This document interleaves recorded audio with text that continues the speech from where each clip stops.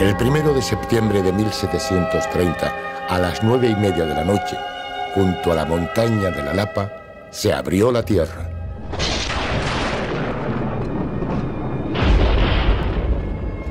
Y de sus entrañas comenzó a expulsar ríos de lava incandescente y lluvias de piedra y arenas. A las pocas horas, la aldea de Chimanfaya comenzó a desaparecer.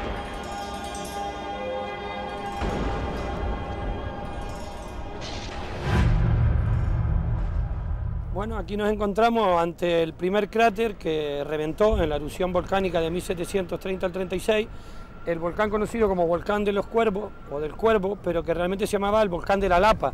De hecho, está parte de la montaña pegada aún al volcán. La erupción parece que fue el 1 de septiembre de 1730 a las 9:30 de la noche, y esa misma noche, en esos mismos momentos, ya afecta o sepulta a la aldea de Chimanfaya, que estaría en este llano de aquí. Realmente la aldea se llamaba Chimanfaya, aunque hoy en día se da el nombre genérico a todo el volcán de Timanfaya. La realidad no era exactamente así, sino era una aldea de tamaño medio importante que estaría situada un poco en este llano.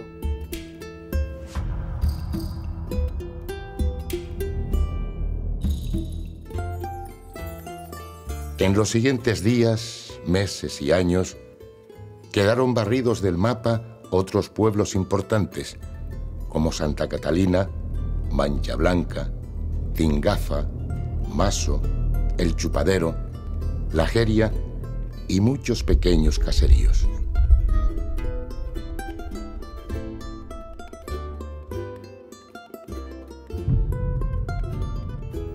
Bueno, estamos en una de las zonas quizá la más importante y poblada de esta área de la isla de Lanzarote, de la parte central. Un paisaje totalmente diferente al que hay actualmente, que los viejos lo reconocen como la Vega de las Flores, lleno de fincas, cercados, caminos, casas, maretas, aljibes.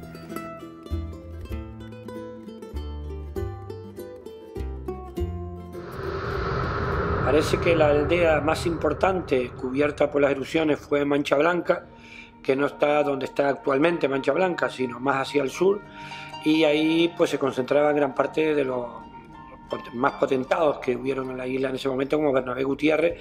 Luego estaba Mancha Blanca chiquita y Niguadén, que eran unas casas próximas, donde pues tuvo un cortijo los marqueses, y Luis de Betancor Ayala, quizás uno de los mayores propietarios que ha tenido la historia de Lanzarote.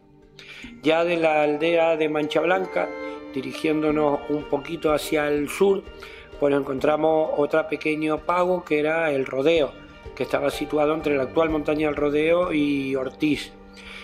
Y ya más hacia el sur estaba quizá la aldea más importante o más conocida, que era Chimanfaya, donde también existían personajes de mucho poder económico, como Julián Rodríguez, el propio Bernabé Gutiérrez tenía terreno, o la familia Los Perdomos. Y en esta aldea estaba una de las sillas de grano, en la isla habían tres, pues una estaba en la aldea de Chimanfaya, y parece que un pequeño oratorio.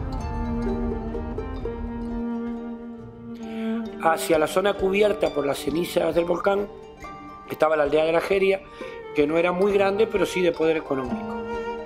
Me contaban que dice que La Jeria y todo eso, Yaiza, Uga y todo eso era ahí por detrás, por delante de la montaña donde fue la erupción. Eran los pueblos esos. Pero claro, al hacer el volcán, pues ya rodaron los pueblos para otros sitios. Y luego estaba la ermita en La Jeria, la ermita de la Caridad, que fue cubierta por las cenizas, pero la población la logró destupir, y es la que actualmente se ve en La Jeria. Ya hacia la zona de mayor cantidad de lava estaba otra aldea de tamaño medio, que era El Chupadero, un poco dirigiéndonos hacia Uga, pero ya orientándonos más hacia el norte, pues estaba la aldea de Santa Catalina, que también era de las más importantes, porque había personas de mucho poder económico, como Manuel González Guerra. Yo oí hablar que sí, antes había pueblos ahí, que era Santa Catalina, o sea que yo la gente antes, yo no sé tampoco. Y sobre todo porque estaba la ermita de Santa Catalina, que es la que ha quedado en el recuerdo, en la tradición popular. Más hacia el norte estaba un pequeño pago que era San Juan, o San Juan de Buen Lugar. San Juan, San Juan también estaba por ahí. Pero que tenía una ermita que también fue destruida por la erupción volcánica. Y luego unas poquitas casas dispersas cerca, que era en la zona del Miradero. Ya hacia el norte nos encontramos con la aldea de Tingafa, que era quizá la aldea que estaba en un mayor proceso de expansión, pues donde podía llegar a más de unos 600 habitantes, más de 84 casas, algunas crónicas con infraestructura, maretas, aljibe. Era quizá la más destacada, que la destruía en 2 etapas. Y luego hacia el norte, más hacia la costa, estaba la aldea de Mazo, que era una aldea pues de tamaño medio. Todo este gran espacio concentraba antes de la erupción volcánica a casi la mitad de la población y era una de las áreas en plena expansión económica. El padre decía que todo eso fue castigo de Dios. Había tanta la riqueza porque todo lo que marca ese volcán, toda la planada de las montañas, porque todo eso por ahí, todo esto eran gavias. Cuando llovía, todo eso se llenaba de agua, todo esto se crean gavias. Ahí sí que se criaban de vacas, de ganados, de un montón de todas clases de animales criaban ahí. Y no era más que comer y pasar fiestas, divertirse y comer y beber y pasarla bien. Y ver cuando le vino el castigo del volcán.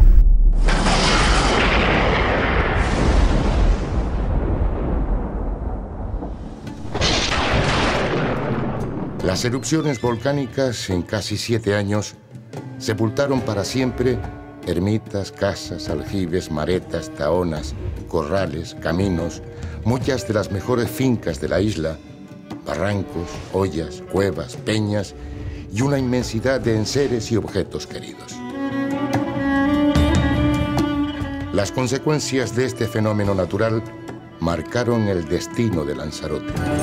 Este volcán duró mucho y cogió mucho terreno. El pánico que tenía la gente, pues, es que fue mucha la lava que corrió. Y vaya a saber allá cuándo. Esa montaña yo lo miro como un misterio.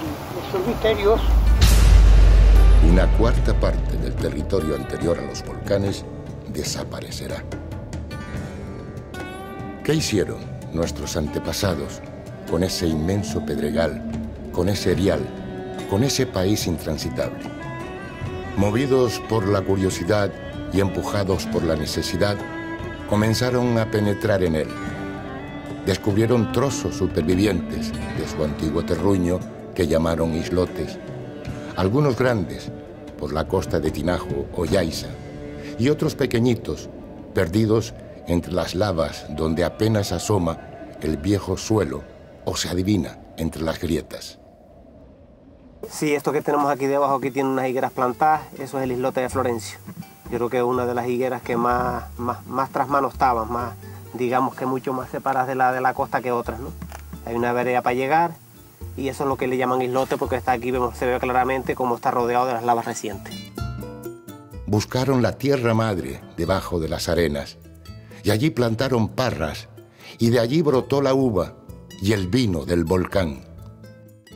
A los pocos años, ese inédito paisaje de extraordinaria belleza fue el reflejo de nuevas y grandes fortunas, pero también del esfuerzo y el ingenio de la población. Sí, mira, ahí tenían bodega esto, los rijos, los fajardos, mi suegro aquí también.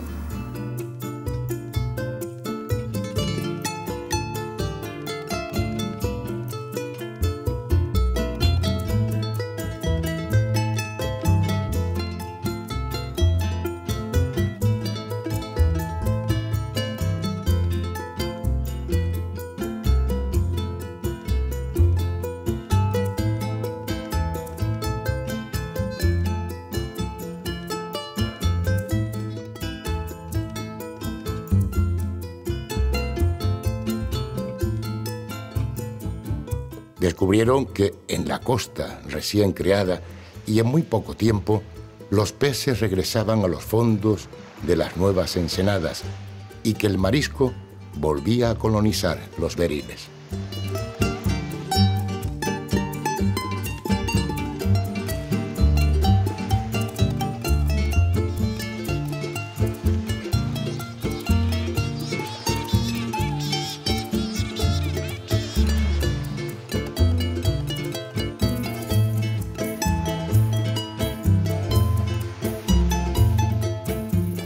nacieron nuevas bajas. Comenzaron a tener nombre los pesqueros. En la punta de la playa, los borritos del perro, los puentecillos. El paetén, contra el paetén, la piedra de los argos. Son esos que está ahí. Morro Negro, a la piedra de la mesa. Y luego de ahí para arriba hasta Callao Saavedra, hasta llegar cerca arriba de las playitas. El Luradito, el Charco de las Malvas. La caleta de Cholazo, Piedra Corujo. La Peña La Vieja, las puntillas del Teniente, las playitas. Piedra Montañés. Abajo los Cangrejos. Bajito Flanco. El Tembrajador. Por ahí para arriba no, ya de pasar el cochino, el cochino, de ahí para arriba ya no sé el cochino. Las Caletas. Eso ya va llegando ya cerca del cochino. El Calladito, la Crucita, todo eso está por ahí para adentro. Y todo eso se llamó el volcán. Llegué al volcán. Pero yo no sé de qué de recuerdo donde el volcán. El volcán la vería eso por allá. El volcán se venía ahí cabras ahí, y venía como higos ahí.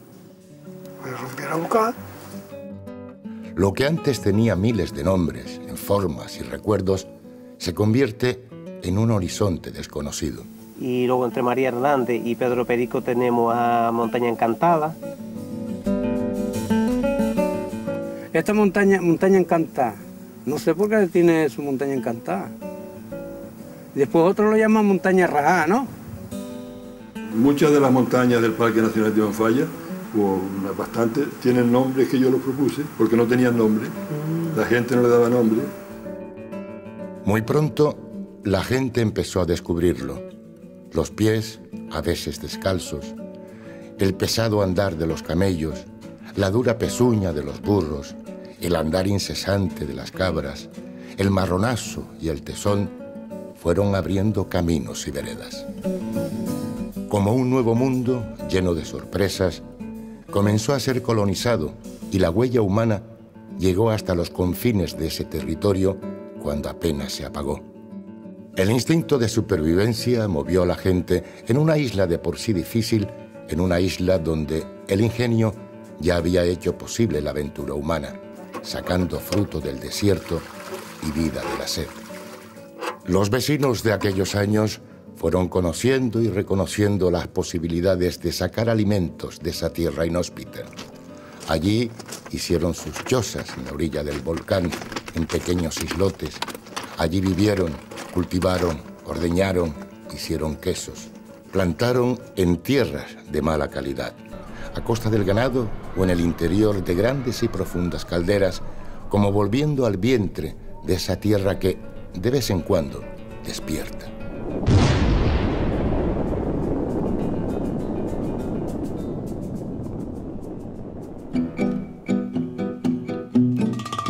Hicieron juntas y pionadas para arrancar en Lomitos Altos, Las Montañetas o en Juan Perdomo. Esto se plantaba todo el mojón de maíz. Me decían a mí los viejos que había. Allí sí se plantaba millo, se plantaba garbanzo, pero solamente del arenado que era lo que había de arenado. Pero lo demás era todo tierra de arado. Fruta de higuera, que en las montañetas tenemos nosotros 3 higueras. Buscaron nuevos pastos en estos islotitos que a veces se conocían por un número, o extrajeron alimentos para el ganado del interior de peligrosos cráteres, jugándose la vida. La siguiente, por la montaña la hierba muja, y acostumbraba mucho la gente cuando las escaseces que no había, que no llovía, la montaña es muy fresca y muy alta, y iba la gente a coger para los animales hierba ahí dentro, que incluso hasta yo llegué a ir. Guardaron camellos en islotes rodeados por las lavas y cerrados por portillos. Echaban los baifos para destetar en halcones o en Montaña Bermeja. Si el ganado estaba aquí, para no ponerle freno a los baifos, los echamos en halcones. Se criaban allí, en la montaña, y después cuando eran grandes ya, íbamos a sacarlos. Pastoreaban ganados ajenos a media, al tercio.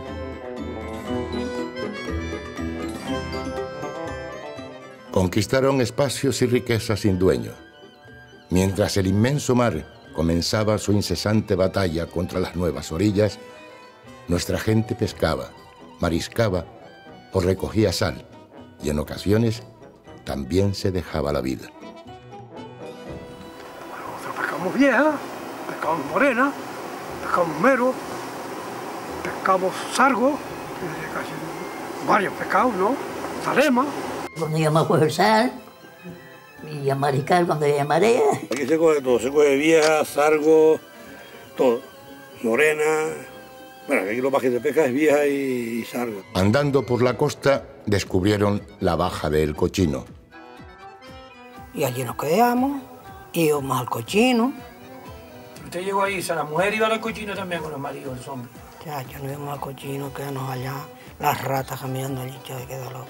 Allí hay una chocita que mi padre también la usó, le decía la choza del moro. Le decía la choza del moro porque allí estuvo un moro allí viviendo. Y pues había una cueva honda. Yo no me llegué a allí, pues yo tenía. Rumbo a la choza aquella había una cueva que también se quedaba uno, una cueva honda, larga. Hay una cuevita y eso la tumbó, la mar la enterró toda. Allí convivieron los pescadores de Yaiza, Las Breñas y Playa Blanca con los de Tinajo, Mancha Blanca y Tajaste. Yo me acuerdo de los cochinos que los de Tinajo se hacían... Sí, se quedaban ahí, unas chozas ahí y se quedaban allí. Los de Tinajo se quedaban... Y gente que venía a mariscar, del Golfo, de Yaiza y de Playa Blanca. Y muchos que venían con burros de Tinajo, con las malvas. Lavaron las pitas y la lana en Tenesa. Porque tú sabes que mi padre quemaba la pita, cortaba las piteras. Y después las piteras hacía un tendido de ulaga. Encima de la ulaga ponían las piteras. Todo hecho un tendido como grande. Cortarla, quemarla y enterrarla. Y allí se la dejaban 8 días. Después a los 8 días se sacaba. Hasta que la pitera se fuera pudriendo.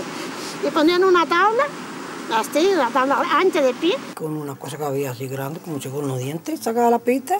Y dejaba la pita limpita. Y después la hacía en manoja y la veníamos y la echamos remos aquí y la lavamos. Estos, los de Tinajo, venían a quemar la pitera aquí en el hoyo donde se pone la ulaga para hacer el fuego. Nosotros veníamos aquí y veíamos a la gente trabajando aquí, trabajando la pitera. Picaron leña en el mojón o en las malvas, para uso propio o para las panaderías de Arrecife. Recogieron jayos para hacer sus chozas en la playa de la Madera y sacaron lajas del volcán nuevo.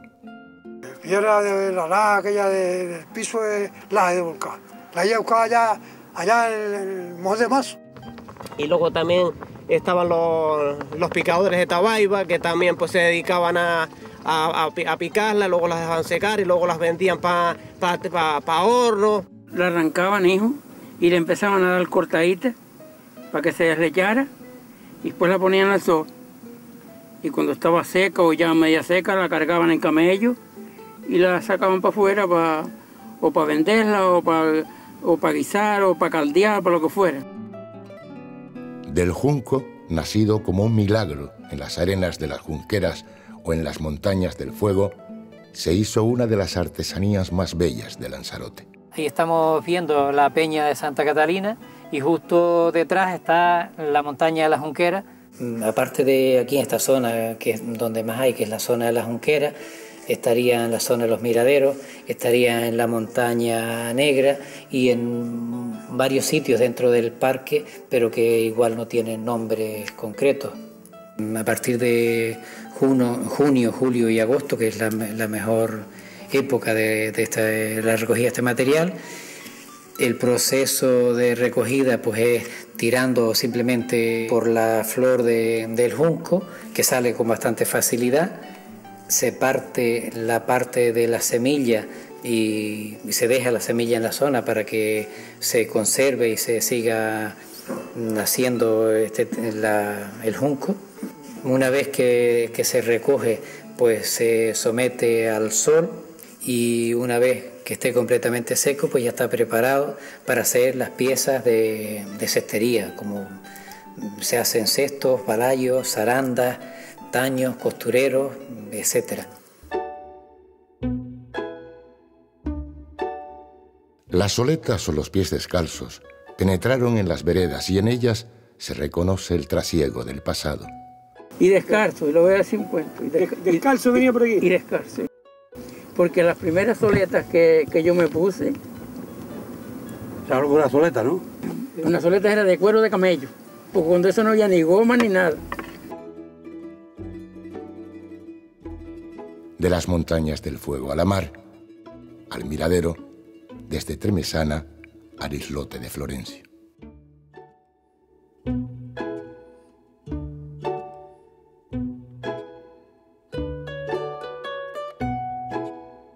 Quizás el aspecto más reconocible de la cultura del volcán sea la plantación de parras en las zonas cubiertas por las arenas de la erupción y de forma muy temprana la técnica del enarenado que revoluciona el paisaje agrícola de Lanzarote y que da lugar a una intensa y laboriosa actividad extractiva cuya huella se observa en la silueta de viejos y nuevos cráteres.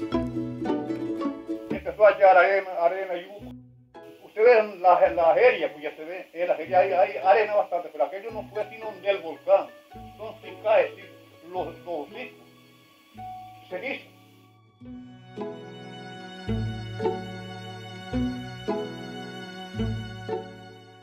Pero nos hemos querido centrar aquí en otros testigos menos conocidos de lo que fue la vida del volcán, algunos relacionados con prácticas que se han prohibido y otros con actividades en proceso de abandono o reconversión. Uno de ellos, muy importante en el pasado, fue la Casa de Pardelas. Y ahí también hay la montaña, también hay pardelas. Hombre, muchas cogí, sí, muchas. Otro, el aprovechamiento de árboles frutales entre las lavas, sobre todo la higuera. Del higo se aprovechaba, se ponían a pasar y se aprovechaba, era una reserva que había de calorías para cuando época mala. En ambos casos, requería llegar a los lugares más recónditos para obtener el fruto o la pieza. Toda una suerte de cuidado, técnicas y saberes.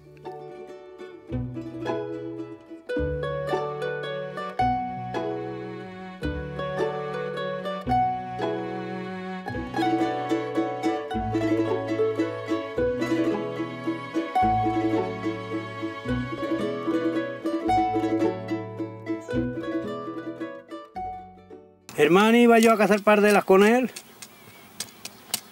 yo con la linterna, y él sin linterna, no lo cogí. Se dice fácil. Ah, hombre, esto es una fija. Esto es una fija, esto es para cazar la pardela en los ríos. Las aleteos le llamamos las que están en las cuevas, que están muy, para adentro no se pueden coger ni con hurón, ni con espillo, ni nada, sino están muy hondas, y entonces cuando van perdiendo peso, la madre deja de darle de comer para que ellas vayan saliendo para afuera y cojan vuelo. Entonces se van y quedan muchas pues en el mar. El mojón eso está hueco todo. Y antes me decía mi padre que no cabían las pardelas en las cuevas y que criaban los troncos hasta barba. Bueno, yo llegué a ver, no verse, no, o sea, patrón mal eso de aquí todo sí, lleno. Como una verbena. Tú aquí, otra allá, en todas las... Sí.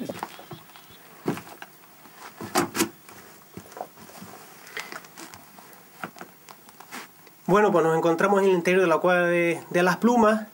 Aquí vemos los despojos, pues eso, donde las preparaban, ¿no? Y de ahí el topónimo de la cueva de las plumas. Las hojas de la higuera para los animales, la gente las cogía cuando estaban verdes y cogían hojas de esto para ponerle de comer a los animales. Me acuerdo que decían, para las verrugas, la leche de higuera te las quema en lugar de utilizar lo que se utiliza ahora. Parte de eso, de la higuera también, los pedacitos más tiernos delante, también se llevaban a la casa y se picaban con era como un tipo de cuchillo, pero que se iba en un palo, lo iban picando pequeñitos y se le echaba también a los camellos para comer. están maduros se ponen a secar para después, más tarde, dentro de 2 meses o 3, o en el invierno, comer también. Eso es parte de la comida de uno. Hay que venir dentro de 15 días a darles la vuelta al revés, para que se sequen por la otra parte. Higueras habían higueras de todas clases. Estaba la blanca fina, la gomera, la negra y los colorados. Mi cariña es la que tiene el higo blanco por fuera y rojo por dentro. Se desarrolló la idea de conservar o de hacer perdurar, pasando el higo, la fruta, como se llama en Lanzarote, o jareando el pescado o la pardela. ¿Y cuántos días lo dejamos para jarear? Pues qué sé yo, 7 o 8 días. Se dejaba el pescado y después se rolaba. Donde las desplumaban y luego de aquí pues las preparaban, las hacían tipo jareas y las conservaban de manera que las podían exportar, las metían y las llevaban a vender por los pueblos en burro. Escuchemos a las personas que pescaron o mariscaron en la costa del volcán, que practicaron la caza de la pardela. Yo daba mucha cantidad de pardela, pero estaba en un risco mirado para la playa del Paso, lo dicen. Jugaba la vida con una pardela. Si yo marcaba ahí, porque muchas veces marqué ahí, y si yo tenía ganas para ir a comer, pues aquí mismo comía. Que guardaron ganados en los islotes, que cuidaban higueras en pequeños chabocos entre las lavas. Había higueras, sí. Higueras y hay unos islotes al centro del volcán con higueras todavía. Sus palabras son testigo del importante aprovechamiento del volcán. Las cosas cambian, la gente y el territorio cambian. Esto cambió, sí, claro. Esto lo mantenemos nosotros, claro. Si queremos tener finca, la queremos tener cuidada, pero esto ya no se puede pagar mano de obra, esto ya no da para eso. Oye, el Golfo, eso no era así, muchachos. Hombre, de los bares para abajo era más alto que para acá, donde yo vivo. Si tuviera 200 años ya y me la van a tirar, pues así lo que comprendo yo es así. Que esto ya no era lo mismo. Pues nosotros marchamos aquí, damos las puertas trancadas y nunca se ve, y como nos pasa a los otros vecinos, nunca lo hicimos daño. No nosotros. Pero esto fue para la caraba, hombre, porque el turismo no es que hoy andan dormidos con los coches. Y antes venían caminando con un burro, un camello, pues llegan más tarde. Hoy se andan todas las Lanzarote, con coches se andan todas las Lanzarote en un día y de sobra día.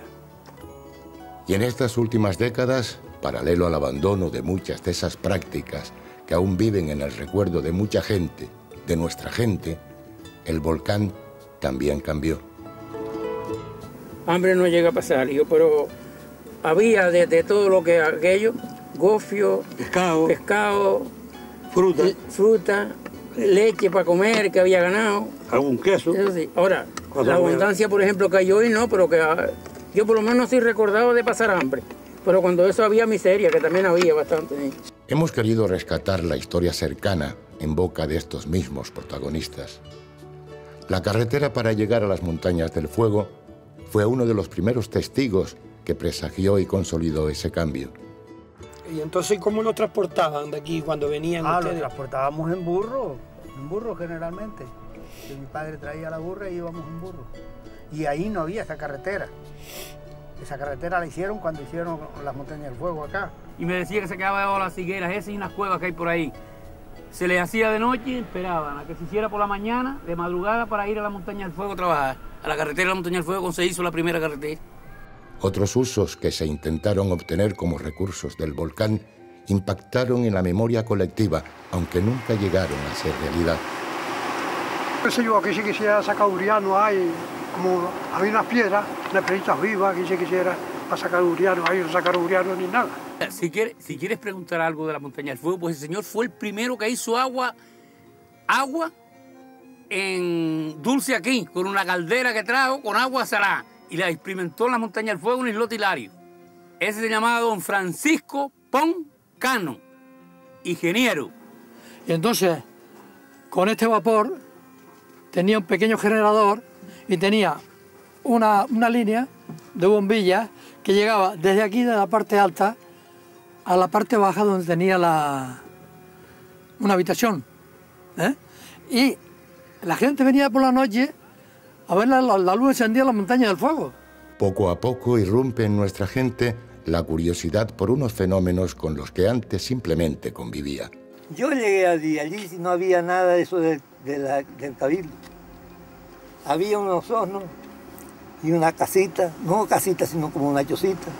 Y fui a una comelona. Me llevaron. Cogimos una perola, la metimos, fue hasta la caldera y la metimos debajo de un cejo. Yo metía las manos y sacaba ya la arena roja. Y allí metimos la perola. Pero que después yo allí me eché a la sombra del risco ese. Y yo no sé si los pies quedaron más para adentro, que el material del zapato se me huyó, que después no lo pude pegar.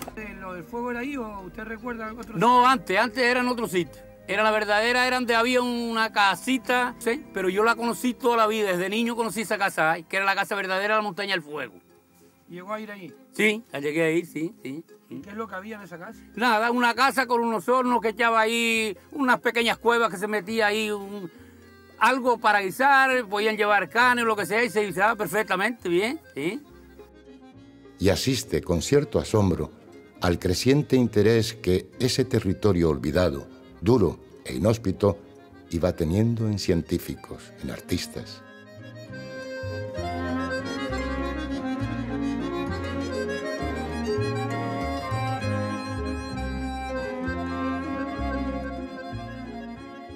Y para algunas personas que hacen los primeros esfuerzos individuales para atraer turistas y generar riqueza, hasta que se convirtió en la principal industria de la isla.